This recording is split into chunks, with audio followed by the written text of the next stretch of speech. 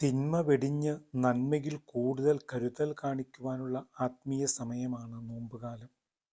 പ്രകാശത്തിൻ്റെ മക്കളെപ്പോലെ വർത്തിക്കുവിൻ എന്നാണ് ദൈവവചനം ഓർമ്മിപ്പിക്കുന്നത്.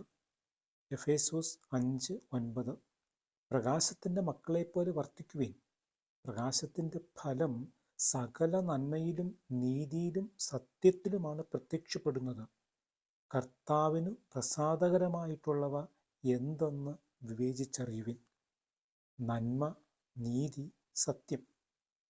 നന്മയായതിനും നീതിപൂർവമായതിനും സത്യമായതിനുമൊക്കെ വലിയ വില കൊടുക്കാതെ തിന്മയും അനീതിയും അസത്യവും അരങ്ങുവാഴുന്ന ഒരു സംസ്കൃതിയുടെ ഭാഗമായി മനുഷ്യർ അടിമകളായി മാറിക്കൊണ്ടിരിക്കുന്ന വർത്തമാനകാലത്തിൽ വ്യത്യസ്തരായി ജീവിക്കാൻ ക്രിസ്തു നമ്മെ ക്ഷണിക്കുന്നു.